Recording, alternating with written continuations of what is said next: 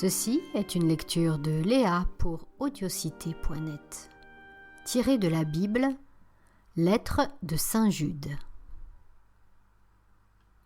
Jude, serviteur de Jésus-Christ et frère de Jacques, aux appelés qui sont aimés de Dieu le Père et gardés pour Jésus-Christ, que la miséricorde, la paix et l'amour vous soient accordés en abondance.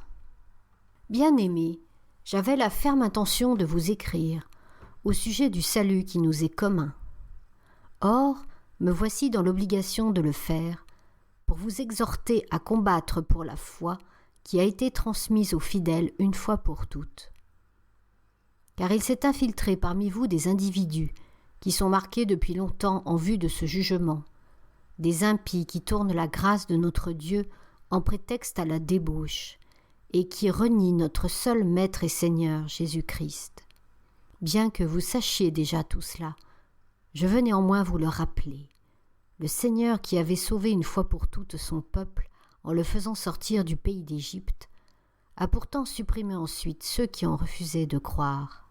Quant aux anges qui n'ont pas gardé la dignité de leur rang, mais ont quitté la demeure qui était la leur, le Seigneur les maintient enchaînés à perpétuité dans les ténèbres, en vue du jugement du grand jour.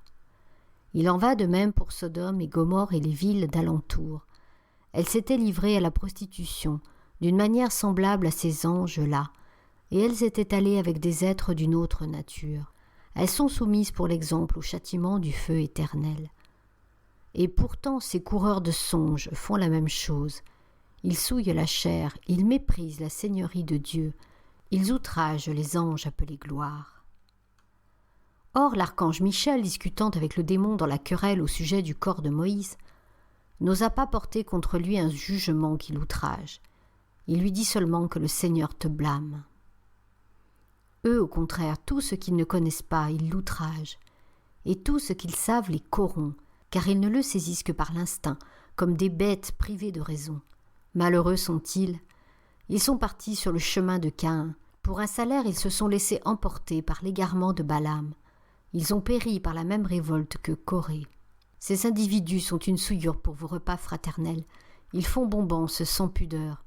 Ils ne se préoccupent que d'eux-mêmes. Nuages sans eau emportés par le vent. Arbres de fin d'automne sans fruits, 2 fois morts, déracinés. Flots sauvages de la mer, crachant l'écume de leur propre honte. Astres errants, pour lesquels est réservée à jamais l'obscurité des ténèbres. C'est encore contre eux qu'a prophétisé Enoch, le 7e patriarche depuis Adam, qui disait « Voici que le Seigneur est venu avec ses saints anges par myriades, pour exercer le jugement universel et accuser toutes les âmes pour tous les actes d'impiété qu'elles ont commis, et pour toutes les paroles intolérables que les pécheurs impies ont prononcées contre lui. Ce sont des gens qui récriminent, qui protestent contre leur sort, qui marchent au gré de leur convoitise, leur bouche dit des énormités. Ils n'ont d'égard pour les personnes qu'en fonction de leur intérêt. Mais vous, bien-aimés, souvenez-vous des paroles dites à l'avance par les apôtres de notre Seigneur Jésus-Christ. Ils vous disaient en effet qu'au dernier temps, il y aura des moqueurs qui iront au gré de leurs convoitises impies. Ce sont des fauteurs de division menés par l'instinct. Ils ne possèdent pas l'esprit. Mais vous, bien-aimés, construisez votre vie sur votre foi très sainte. Priez dans l'Esprit Saint. Gardez-vous dans l'amour de Dieu, attendant la miséricorde de notre Seigneur Jésus-Christ en vue de la vie éternelle. Ceux qui sont hésitants, prenez-les en pitié.